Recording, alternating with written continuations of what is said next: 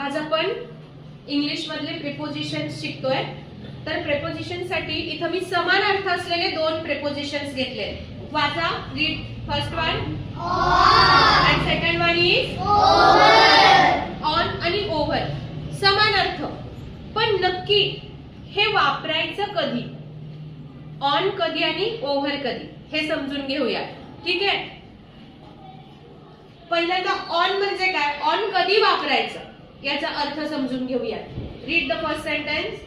The book is on the table. म्हणजे पुस्तक टेबलवर ठेवले आहे। पुस्तकाला टेबलाचा स्पर्श झाला। Okay, read the second sentence. The clock is on the wall. म्हणजे घड्याळ भिंतीवर आहे। म्हणजे घड्याळाला भिंतीचा स्पर्श झाला।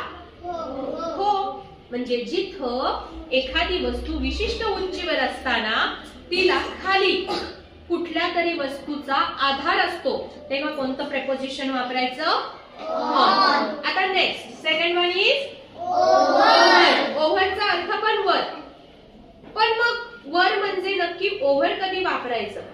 Read the first sentence. The plane is flying over the city. इतकं स्लो का आहे वाचनाचं स्पीड, फास्ट वाचा। हा, The plane is flying over the city. The plane is flying over the city, म्हणजे विमान शहरावरून उडत आहे। आता फरक समजून घ्या, विमान शहराला टेकलंय का, नाही। तिथं आधाराची गरज आहे का, नाही। तिथं आधाराची गरज नाही। Second sentence. The fan is over my head. तुमच्या डोक्यावर फॅन आहे दोन्ही बाजूला, टेकलाय का फॅन डोक्यावर, नाही।